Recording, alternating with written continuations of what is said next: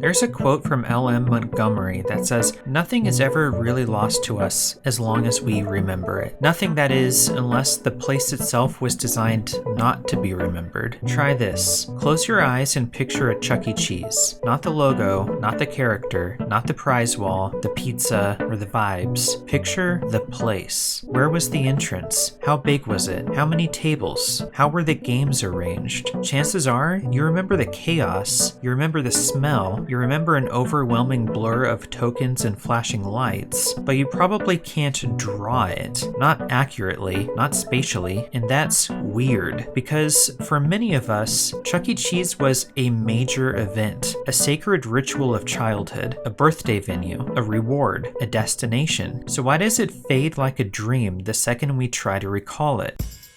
Chuck E. Cheese is what designers might call a transitional environment, a space that exists not for lingering, but for passing through an experience. It's not built like a theme park, or a home, or a school. There are no clearly defined zones, no sense of pacing, no orientation. You step inside and immediately it's noise, color, children, machines, lights. The architecture doesn't invite you to remember it.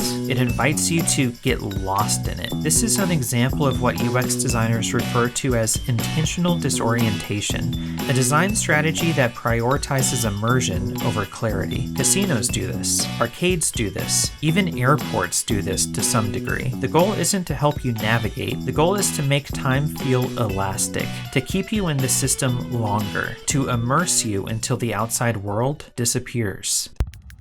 There's something called the memory palace technique, a mnemonic strategy where you mentally associate concepts with vivid locations in your mind. It works because the brain excels at remembering places. That's how humans evolved to navigate. But Chuck E. Cheese doesn't behave like a palace. It behaves like an algorithm. The layout changes store to store. The games rotate. The animatronics moved from fixed stages to flat screens. Nothing feels stable, repeatable, or concrete. You don't build memories in places like that. You build impressions. And that's a subtle form of liminal UX, the kind of design that suspends you between states of being. Not quite here, not quite there, just somewhere in between. Here's the thing, as a kid, you accepted it. You walked into this echoing warehouse of mismatched furniture, glitching mascots, and overlapping noise channels and thought, yeah, this is normal. It's only as adults that we look back and realize that was a weird place. And the weirdness is part of what makes it hard to remember. It lived in the uncanny space between reality and fantasy. The animatronics weren't lifelike, but they weren't fake either. The prize wall was filled with junk, but you wanted it more than anything.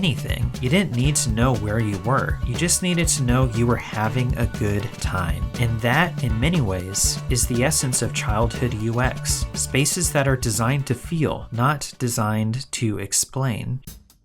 Here's the twist. The forgettability might have been the point. Chuck E. Cheese wasn't meant to become a lifelong memory anchor. It was a container for a moment, a birthday, a game, a single afternoon of total sensory overwhelm. The venue was generic by design, scalable, repeatable, and replaceable. That's called modular spatial design. The goal is operational efficiency, not emotional distinctiveness. And yet, paradoxically, we do remember it. Not the place, but the feeling. That's what makes Chuck E. Cheese an anti-memory palace. The architecture vanishes, the details blur, but the joy, the dizziness, the pride of finally winning enough tickets for a plastic slinky, that stays.